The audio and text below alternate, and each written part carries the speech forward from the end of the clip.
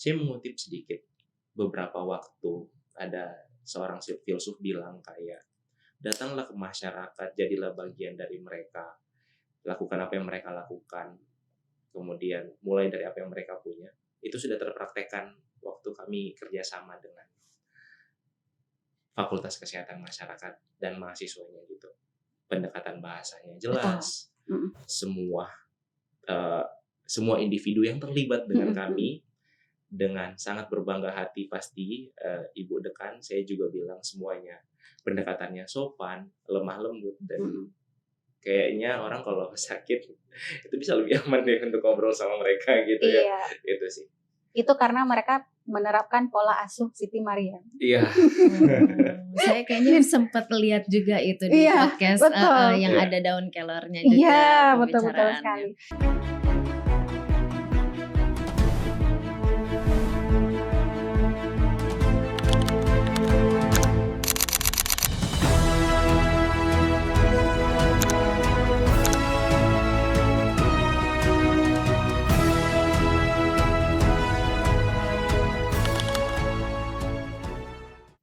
Assalamualaikum warahmatullahi wabarakatuh. Selamat datang di Al Muslim TV, ruang bernarasi tanpa batas, menyajikan isu-isu yang up to date, edukatif, dan inspiratif. Al Muslim TV juga menghadirkan program Al Muslim Berdampak.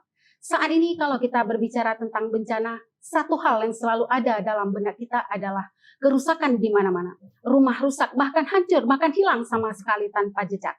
Kemudian jembatan putus, jalan rusak di mana-mana, tapi satu hal yang terabaikan tentang bagaimana dengan kebersihan, sanitasi, dan akses menuju yang bersih.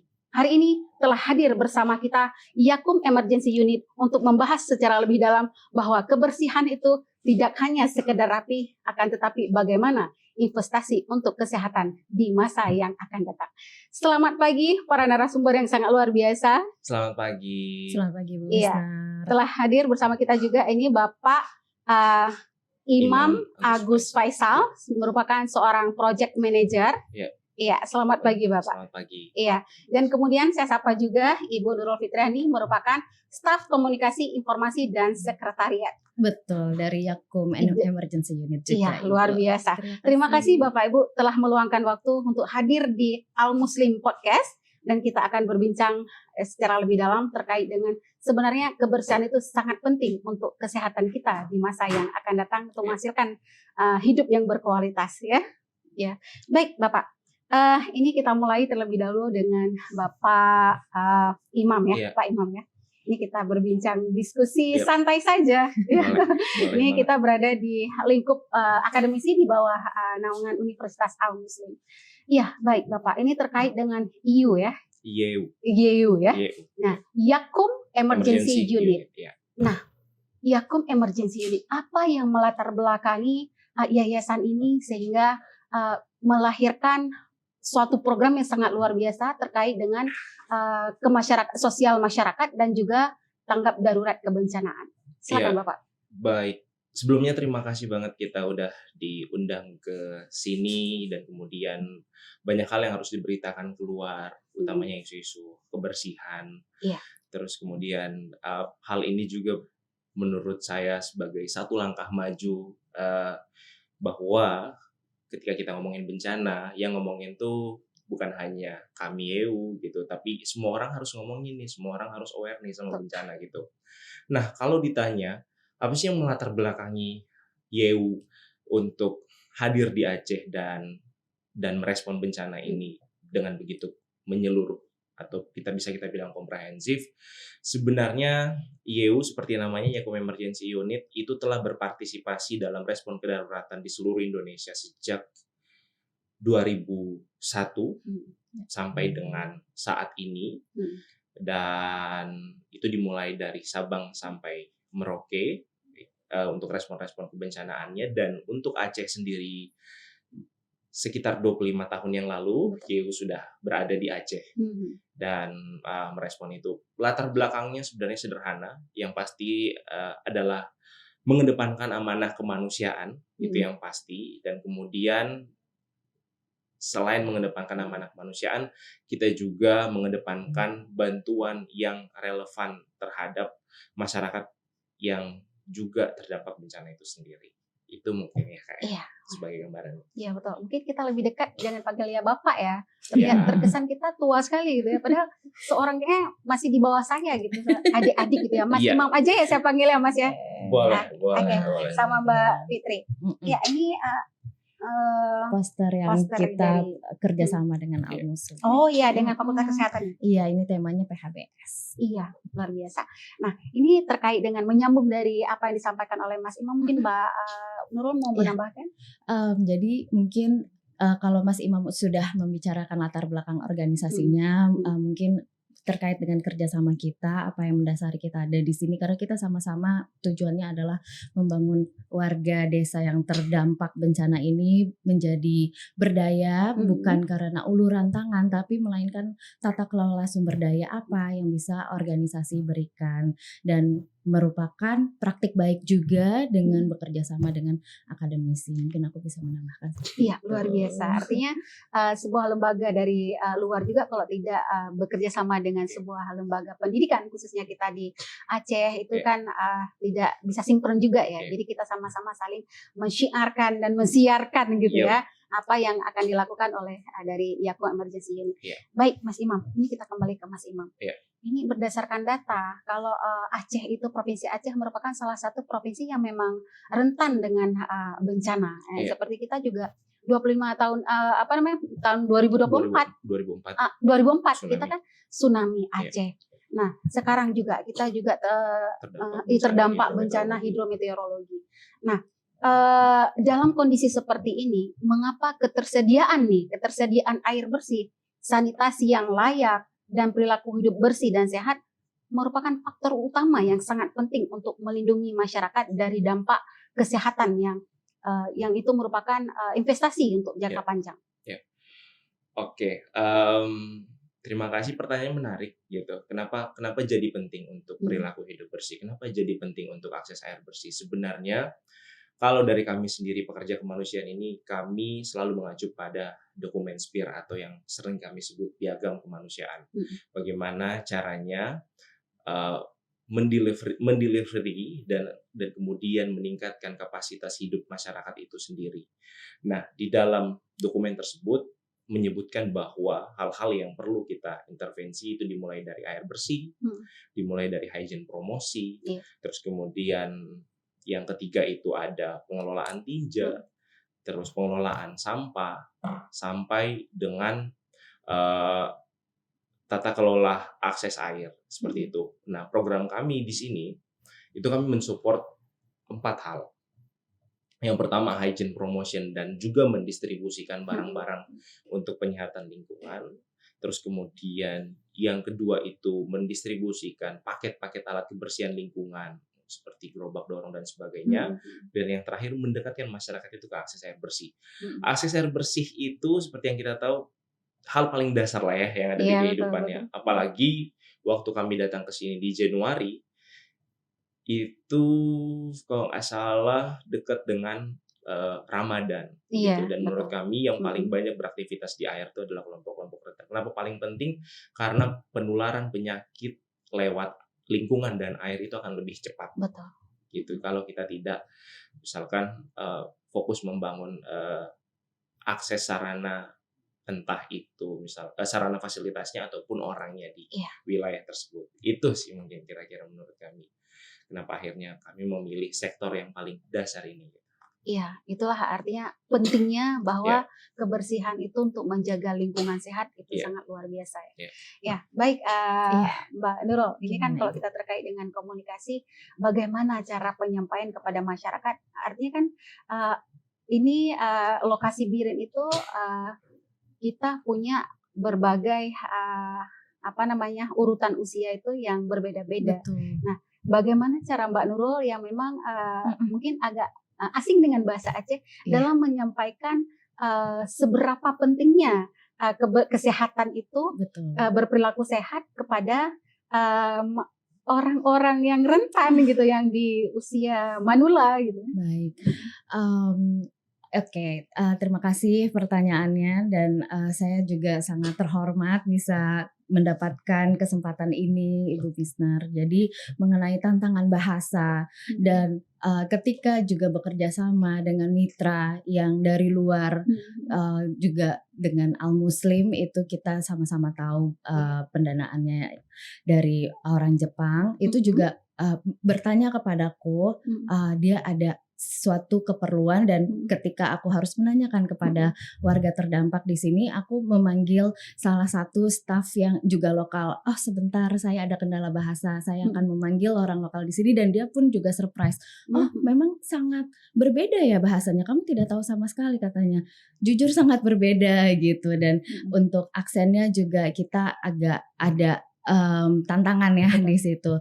Cuma ada satu bahasa yang universal Ibu mungkin kalau saya boleh bilang yaitu bahasa cinta ya. Kalau bisa dibilang untuk filosofisnya seperti itu. Jadi dengan cukup dengan satu senyuman itu kita semua sudah bisa mengaplikasikan semuanya dan juga di distribusi itu menjadi lancar semuanya sih seperti itu. Kalau misalnya untuk kelompok rentan kita ada urutannya lansia disabilitas risiko itu tidak perlu banyak verbal ya, cukup non verbal saja kita bisa lihat ibu itu hamil kita utamakan, kita lihat ibu itu sudah renta kita utamakan. Memang kita ada batas usianya yaitu sekitar di atas 65, cuman kan kita juga melihat apakah fisiknya memadai atau tidak. Kalau tidak, walaupun tidak masuk lansia kita utamakan seperti itu luar sih. biasa. Artinya komunikasi itu kan jembatan antara kita apa yang kita rasakan dan apa yang dirasakan oleh orang itu bisa tersampaikan sehingga lahirlah itu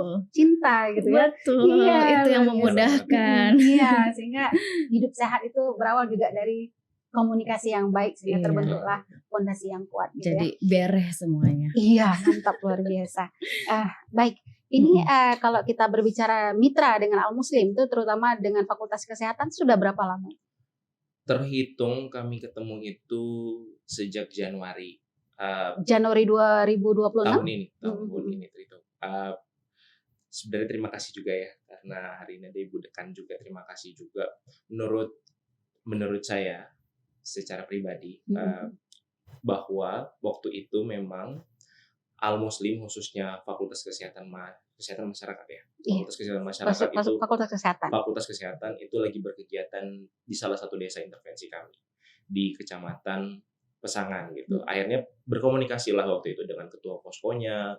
Kemudian kami menawarkan bahwa ini kami ada program nih, ayo bisa nggak bantu-bantu kami, dan dengan sangat terbuka kemudian itu bisa dibantu gitu. Sampai dengan saat ini juga kami masih berkomunikasi dengan Al Muslim. Kegiatan sebelum ini itu ada beberapa alumni yang terlibat dalam riset kami juga untuk evaluasi dan monitoring program. Bahkan sampai dengan external learning kemarin itu kita masih bareng-bareng, masih komunikasi, masih juga menuliskan apa nih yang penting nih, apa nih yang perlu ditindaklanjuti nih gitu. Nah, ini ada beberapa hasil yang juga saya bawa sebagai data yang kemudian ini kami kerjasamakan bersama beberapa alumni gitu ya. Dan ini juga merupakan data real langsung dari lapangan dari 12.000 sekian orang yang sudah kami dukung di Kuta Blang, khususnya di program RISE GR. Kami mengambil responden sekitar 648 orang untuk melihat seberapa efektif sih program kami gitu. Dan ternyata jika melihat dari data yang sudah tersajikan, 99,54% orang merasakan bahwa paket-paket alat kebersihan ini sangat berguna untuk mereka gitu. Dan kemudian beberapa persennya itu 56% air bersih digunakan untuk mandi dan sanitasi. Kemudian 60% dari penggunaan air yang sudah kami sediakan itu untuk kebutuhan minum, dan 50%-nya untuk mencuci pakaian dan peralatan. Jadi itu memang amanah yang harusnya kami dukung gitu pasca bencana seperti itu. Iya, baik Mas Imam. Nah, ini luar biasa juga. Artinya kemitraan ini semoga tidak berhenti di sini saja gitu ya. Akan bisa terus berlanjut. Apakah nanti melalui, kan kita banyak cara ya di dalam melakukan berbagai koneksi dari kegiatan kita. Nah, ini terserah nih apakah Mas Imam atau Mbak Nurul yang akan menjawab. Nah, kalau misalnya kita menganggap air jernih, terlihat jernih nih setelah pasca bencana itu kan air kita tuh bahkan bisa dibilang itu seperti air, ya kan hitam gitu, coklatnya luar biasa gitu kan. Nah, setelah nggak lama dari situ air terlihat jernih. Nah, itu kan biasanya terabaikan oleh masyarakat. Yang penting mereka itu terlihat jernih. Nah, sebenarnya apa sih resiko yang itu diabaikan oleh masyarakat sehingga itu bisa berdampak kepada kesehatan masyarakat? Mau dirimu atau diriku? Boleh, nanti aku mungkin menambahkan. Iya. Baik. Ya, balik lagi ke tema kita ya, bersih bukan sekedar rapi, ya, gitu. Sebenarnya memahami tema ini, jujur kami melihat ini sebagai pendekatan di perilaku hidup bersih dan sehat. Nah, apa sih yang sebenarnya perlu diulang-ulang gitu ya untuk mengubah behavior di masyarakat, kebiasaan. Yang perlu diulang-ulang di masyarakat itu sebenarnya khususnya terkait air. Dengan apa ya, salah satu intervensi yang kami lakukan itu dengan melakukan uji air bersih dan kemudian mensosialisasikan.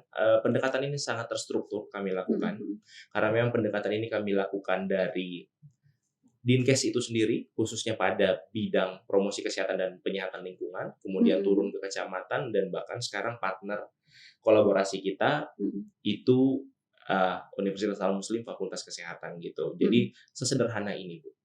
Sesederhana kalau mau menggunakan air ini harus dimasak dulu, misalkan. Atau misalkan dengan melihat kondisi-kondisi air pasca kita melakukan uji lab air, berarti perlu ada penampungan untuk menurunkan kadar-kadar lain pada air tersebut, seperti itu. Dan itu memang perlu diulang-ulang. Dan kemudian kalau kita ngomongin air berarti kita juga ngomongin seberapa dekat jarak air tersebut dari jamban, gitu. Karena kalau misalkan jarak air dari jamban hanya jarak 2 atau 3 meter, kemungkinan bakteri E. coli akan bersarang di air yang kita ambil gitu, seperti itu. Dan ini juga sebenarnya semoga diskusi ini jadi jadi perbincangan hangat. Betul. Khususnya di kalangan kabupaten karena kami merasa mengubah kebiasaan itu perlu ada beberapa tahapan. Betul. Gitu. Ya, kita mulai dari mereka sadar dulu gitu. Gitu. Jadi memang inilah harapan kami juga ya sebagai yang melakukan respon di Kecamatan Kuta Belang bahwa kami selalu bilang kami bukan superhero yang datang gitu, karena superhero yang sebenarnya adalah masyarakat desa itu sendiri, hanya perlu distimulus dikit aja kayak misalkan ada kader-kader yang datang atau misalkan ada program-program kampus. Kalau nggak salah dulu beberapa waktu di tempat yang berbeda, bencana yang berbeda, ada program-program MBKM kalau nggak salah. Iya, betul. Iya, Merdeka Belajar Kampus Merdeka itu menurut saya sangat baik karena memang belajarnya langsung di lapangan, belajarnya langsung sama masyarakat itu sendiri. Jadi itu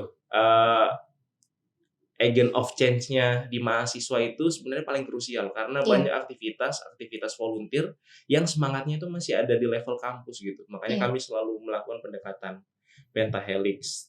Apa saja pentahelix? Kami sendiri, pemerintah, akademisi, private sector sampai dengan media. Karena semua ini punya peran penting nih untuk membagikan pesan. Apalagi sekarang ya perubahan perilaku tuh nggak bisa penyuluh terus. Iya, betul. Memang harus lewat media dan sebagainya. Kayak gini ini udah praktik baik sih. Iya. Terima kasih Al-Muslim. Iya, luar biasa. Jadi kan artinya kalau kita berbincang tentang perilaku itu kan berarti kita harus bisa setidaknya mindset dari masyarakat itu harus pelan-pelan memang harus dirubah. Bahwa perilaku hidup sehat itu bukan untuk saat ini, tapi itu untuk masa yang sampai kapan-kapan pun. Benar. Nah, bagaimana nih menurut Mbak Nurul mungkin bisa Iya. menambahkan apa yang disampaikan oleh Mas Imam. Terima kasih Bu Misnar. Mungkin yang aku highlight tadi di bagian berkelanjutan dan juga mengenai kelayakan air yang merupakan kebutuhan krusial Betul. untuk kita semua ya. Jadi seperti yang Mas Imam bilang tadi, kita mengadakan diseminasi uji lab hasil air yang sudah kita berikan dukungannya bersama Dinas Kesehatan. Itu digunakan lab Kesdanya dan dipaparkan dari 15 desa itu yang sudah kita bangun tandonnya beserta water tank, kemudian ada pipanisasi dan juga rehabilitasi sumur. Itu bagaimana kualitas airnya. Jadi sebelumnya dari Dinas Kesehatan juga menargetkan yaitu air yang oke adalah air yang tidak berbau, tidak berwarna dan juga tidak berasa. Yang utama harus itu, dan seperti yang sudah Mas Imam bilang juga, bagaimana dengan pembangunannya, minimal dengan jambannya itu kira-kira berapa puluh meter seperti itu. Jadi itulah kita juga selain Pentahelix yang kita gunakan adalah lintas sektor organisasi. Kita bekerja sama juga dengan PMI dan itu tadi mengenai stimulus ya yang kita harapannya tuh berkelanjutan. Jadi karena program kami di sini juga udah mau selesai, ibaratnya kita datang dengan permisi, pulang juga kita nggak ujuk-ujuk pergi aja, melainkan saat ini juga sedang exit strategi program terhadap mitra-mitra yang kemarin berjalan, termasuk kepada 17 desa kecil dan instansi dan organisasi yang lain. Berarti di Kabupaten Biren itu ada 17 kecamatan ya? Kecamatan, desa. Dua kecamatan untuk 17 desa. Desanya kalau 2 kecamatan 23.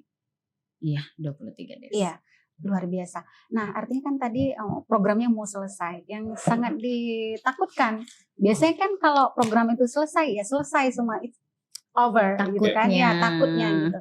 Nah, bagaimana cara program dari Yakum Emergency Unit ini, program ini tidak hanya berhenti di sini, akan tapi terus dia berlanjut dan terus ada komunikasi dengan Fakultas Kesehatan di bawah Universitas Al-Muslim. Dan juga satu hal lagi nih sebagai informasi, kita juga sudah ada Fakultas Kedokteran. Jadi kan di sini, jadi kan di sini kita punya fakultas yang memang khusus untuk hal itu, jadi bisa dilakukan kerjasama lagi. Nah, ini mungkin nanti bisa dilihat lagi untuk rencana-rencana ke depan, sehingga program ini tidak hanya berhenti di saat ini saja. Ya. Ini berarti kita berbicara komitmen. Iya. Nah, gimana nih Mas Imam? Menarik ya, karena program kami nggak lama, tapi kita berbicara komitmen jangka panjang, berarti sesungguhnya kita orang-orang yang suka dengan keberlanjutan dan kebermanfaatan gitu ya. Sebelum berpindah ke Al-Muslim, sebenarnya komitmen intervensi sarana prasarana kami yang ada di desa itu sudah kami diskusikan bersama Bapak Bupati sendiri, dan kemudian beliau mengeluarkan surat edaran untuk pengelolaan sarana air bersih dan alat-alat kebersihan yang sudah kami distribusikan, dan harapannya itu juga menjadi stimulus untuk instansi-instansi yang lain gitu dalam pengelolaan yang berkelanjutan. Nah, terkait dengan Al-Muslim ada banyak hal yang bisa kita diskusikan dengan komitmen. Misalkan ada perencanaan pembelajaran berkelanjutan dan sebagainya yang kemudian itu bisa diaplikasikan ke dalam wilayah-wilayah yang sudah kami intervensi gitu. Karena sesungguhnya wilayah-wilayah yang sudah kami intervensi itu sudah punya komite-komite yang perlu sebenarnya ditindaklanjuti oleh teman-teman mahasiswa itu sendiri atau bahkan kampus gitu. Kayak kami sudah membentuk sekitar 15 komite. 15 komite tersebut adalah masyarakat desa, keterwakilan perempuan, keterwakilan kelompok disabilitas, keterwakilan masyarakat-masyarakat rentan lainnya. Nah, hal-hal inilah yang sebenarnya juga kemudian jadi komitmen kita nih, gitu, antara Yakum Emergency Unit, Al-Muslim, dan bahkan pemerintah daerah itu mau dikemanakan nih komite-komite ini, gitu. Apa nih yang perlu kita tindak lanjuti? Atau misalkan sesederhana ini, ada program-program kampus yang mungkin misalkan kebutuhan kontennya bisa kita rancang bersama atau bisa kita komunikasikan bersama, karena tadi waktu orang di depan layar tuh kayaknya lebih banyak ya gitu. Jadi memang mungkin bisa jadi perubahan-perubahan perilaku tuh kita mulai dari campaign-campaign yang sebenarnya ini lebih di bidang Mbak Nurul gitu, campaign-campaign yang karena memang Mbak Nurul yang akan ngurus gitu. Itu sih sebenarnya. Jadi tindak lanjut yang sudah ada di desa itu seyogyanya itu bisa diakses oleh mahasiswa Al-Muslim itu sendiri. Dan untuk kerjasama lanjutan lainnya itu masih bisa kita komunikasikan nanti ketika ada rencana-rencana yang rasanya ini krusial dan ini sangat dibutuhkan seperti itu. Jadi memang kalau konsen untuk saat ini komite itu perlu didampingi atau mungkin komite itu perlu ada semacam brainstorming kayak ayo Pak, apa yang sudah disupport YU di sini gitu. Apa yang sudah disupport program ini di sini gitu. Oh ternyata ada tandon nih. Oh oke. Dari tandonnya nih perawatannya harus kayak gini loh Pak. Tandonnya harus dibersihin sebulan gitu-gitu. Jadi perlu ada penyuluh-penyuluh yang nampaknya nggak perlu seminggu 2 kali. Sebulan 3 kali udah better gitu. Itu sih.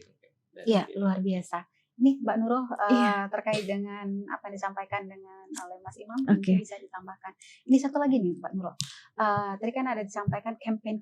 Nah, apakah dari staf komunikasi, informasi dan sekretariat ini sudah menyiapkan campaigner yang akan meneruskan ini? Kan artinya kan seperti kita sampaikan tadi, tidak hanya berhenti. Terkadang masyarakat kita juga ya sudah kalau udah selesai ya sudah gitu kan. Artinya kalau tidak diingatkan lagi ya lupa lagi gitu. Nanti kalau datang bencana lagi baru teringat lagi ya kan gitu. Nah, campaigner ini apakah sudah disiapkan atau ada rencana untuk menyiapkan campaigner khususnya dari kalangan akademisi mahasiswa-mahasiswa gitu? Oke, menarik banget ini pertanyaannya. Mungkin aku awalnya melanjuti dari yang Mas Imam bicarakan, yaitu mengenai program kami dengan Bupati.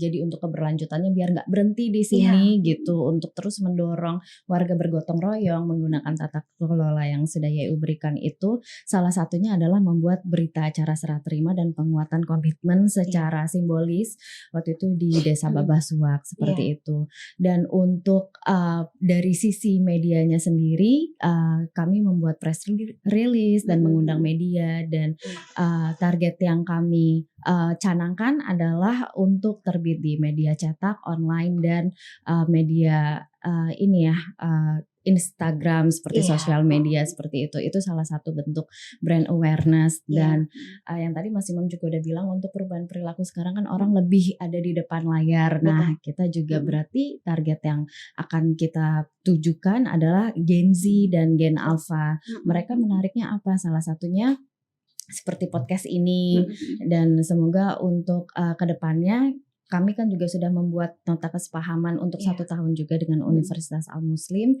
Itu kami juga sudah membuat fondasi untuk koneksi jurnalis-jurnalis di sini.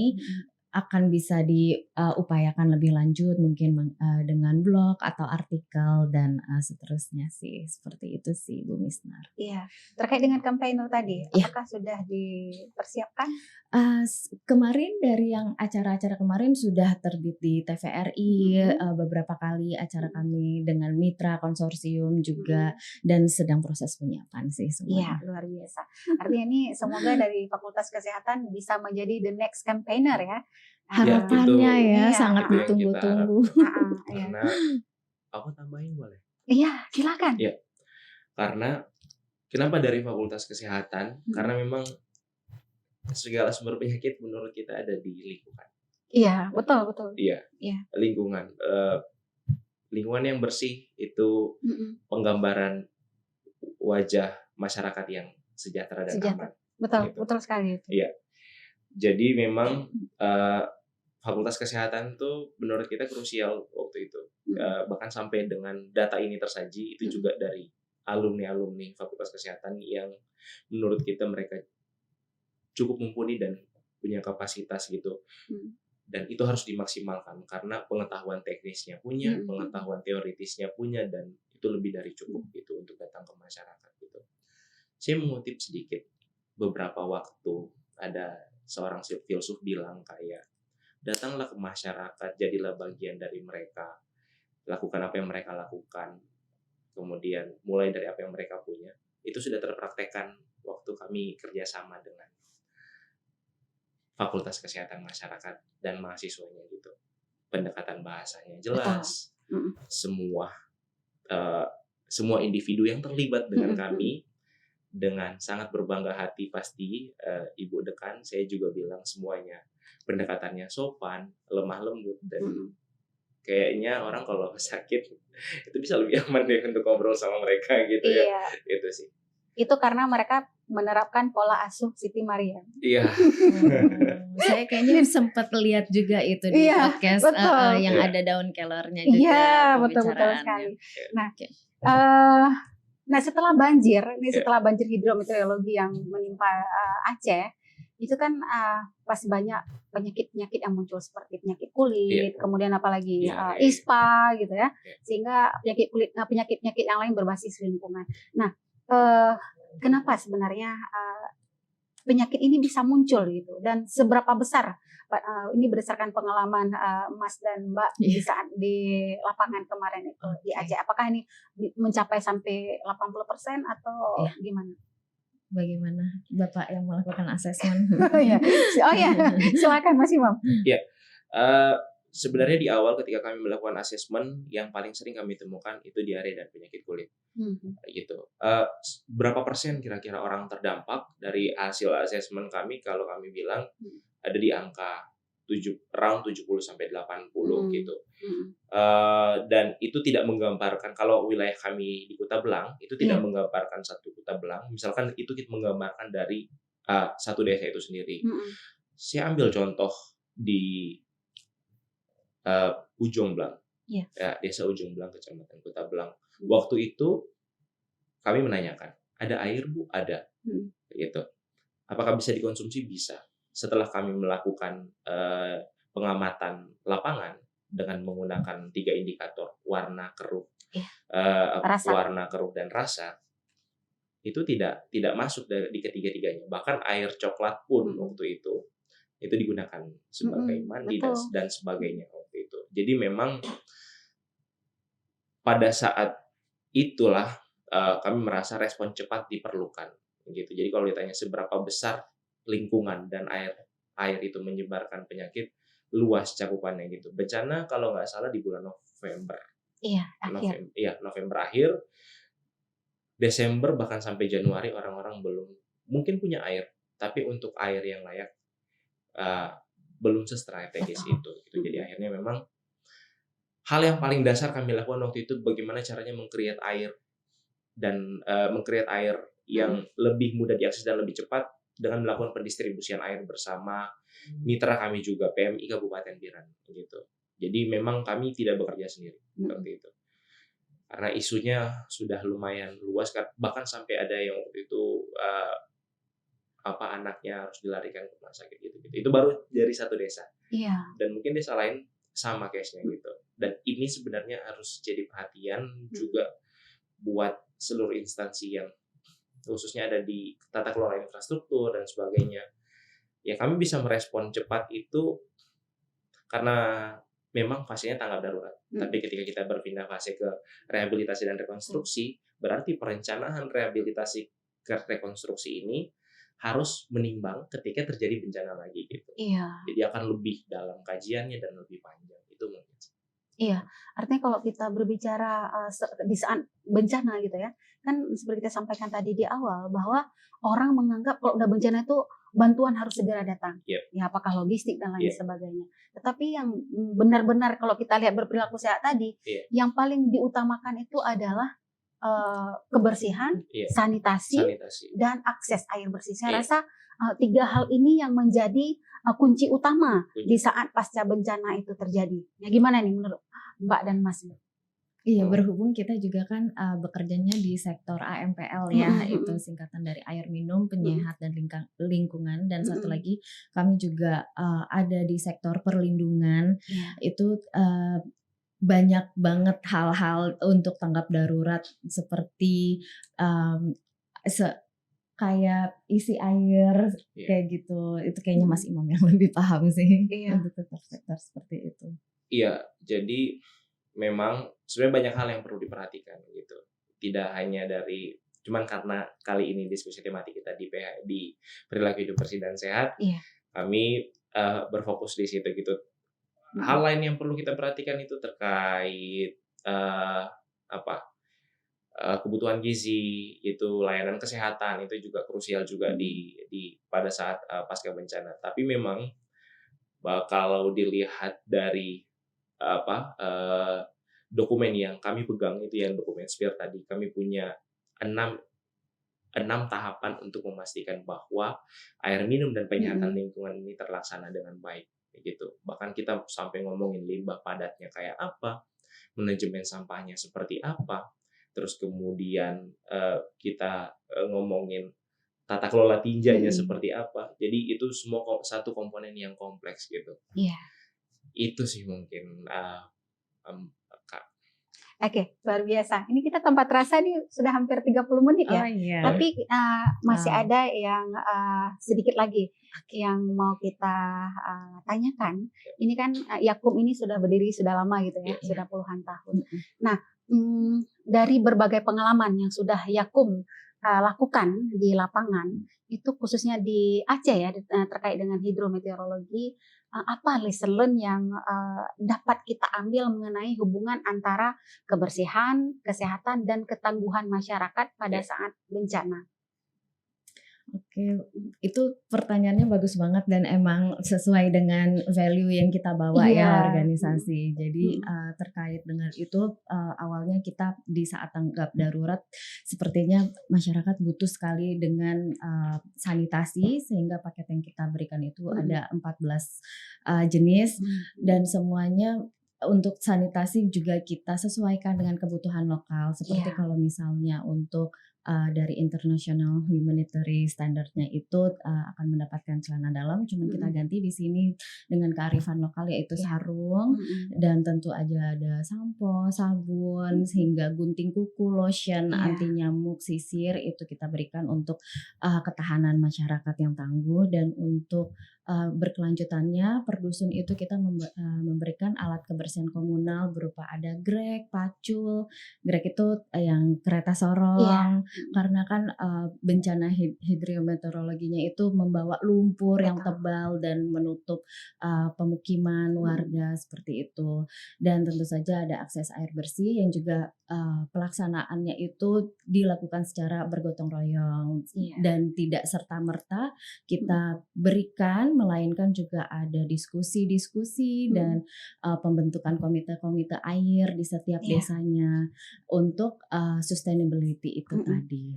Seperti itu sih. Mungkin Mas Imam mau menambahkan? Boleh. Lebih strategis menurutku terkait lesson learn.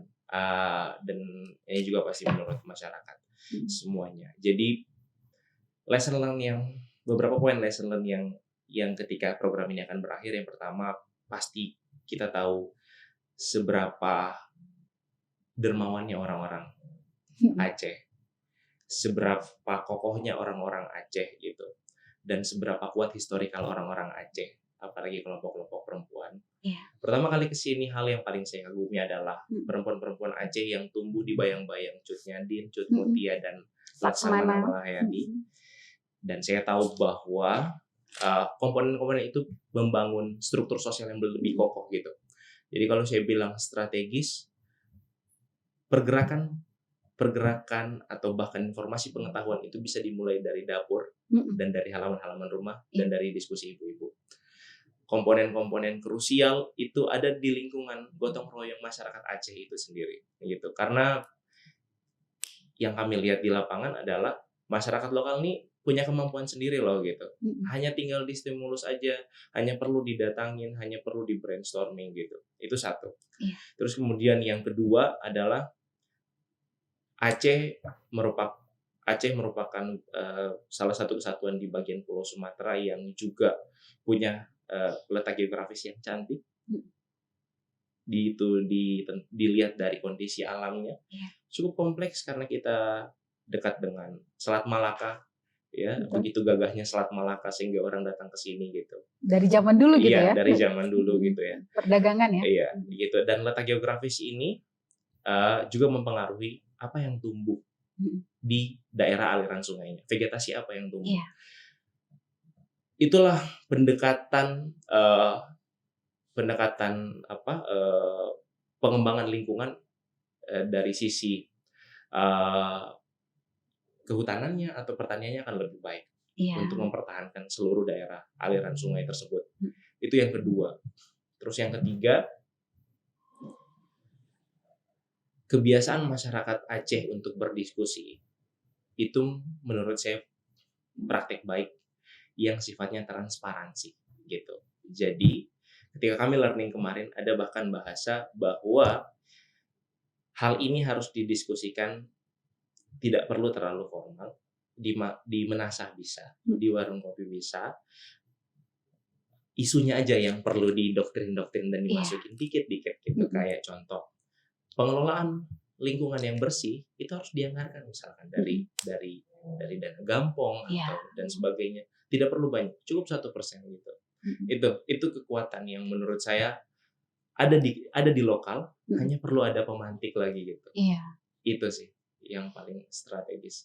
Selebihnya pendekatan pemerintah adalah hal yang wajib, kami pun juga adalah hal yang wajib, dan siapapun ketika kita ngomongin bencana itu urusan kita semua, gitu. Karena kalau Sip bilang kita ini selalu ketika kita hidup nih kita ini selalu dititipkan, habis itu menitipkan gitu. Nah, apa nih yang habis ini kita titipkan? Itu sih. Iya, sebagai sedekah jariah ya, dia akan terus-menerus mengalir untuk kita sampai kapanpun itu. Ya, baik. Ini satu lagi nih ya terkait dengan apa sih pesan dari Yakum Emergency Unit ini terhadap masyarakat Aceh dan masyarakat umumnya untuk melakukan pola hidup bersih. Oke. Untuk pesan seperti yang mungkin banyak sudah kita lakukan selama distribusi, kan kita juga ada promosi kesehatan dengan dokter dari Puskesmas Kecamatan Kota Blang juga dengan Dokter Emi. Mungkin pesan-pesannya nggak jauh dari situ untuk seperti yang terkait di poster ini juga ada CTPS, cuci tangan pakai sabun, dan untuk menjaga kebersihan itu sangat penting karena bersih bukan sekedar rapi, investasi, melainkan investasi untuk kesehatan. Iya, luar biasa. Mungkin Mas Imam sedikit clear sih pesannya. Iya. Sudah jelas ya Mas Imam ya. Clear sih pesannya. Bersih bukan sekedar rapi, investasi untuk kesehatan. Itu sebenarnya ini bisa jadi tagline yang bisa kita gaung-gaungkan lebih gede gitu. Karena pemaknaannya luas. Iya. Terima kasih Al-Muslim. Luar biasa. Terima kasih untuk para dua narasumber kita yang sangat luar biasa yang telah meluangkan waktunya untuk berbagi dari berbagai pengalaman yang telah didapatkan di lapangan, dan juga ini merupakan sumber informasi untuk kami di sini dan juga untuk masyarakat yang akan setia menonton Al Muslim Podcast. Iya, baik. Menjaga kesehatan, pola hidup bersih bukan sekedar hanya pada saat ini, akan tetapi itu merupakan investasi untuk masa yang akan datang agar menjadi keluarga yang berkualitas, bahagia. Jika itu semua bisa didapatkan, maka beribadah juga akan bisa dengan lebih tenang. Nih, ada satu nih, ada pepatah Aceh, kalau misalnya kita bilang tuh hadis maja ya. Hadis maja katanya. Mego, bak lehop bak mego. Lehop bak mego itu artinya kalau misal orang pergi ke sawah itu kan pakai traktor ya.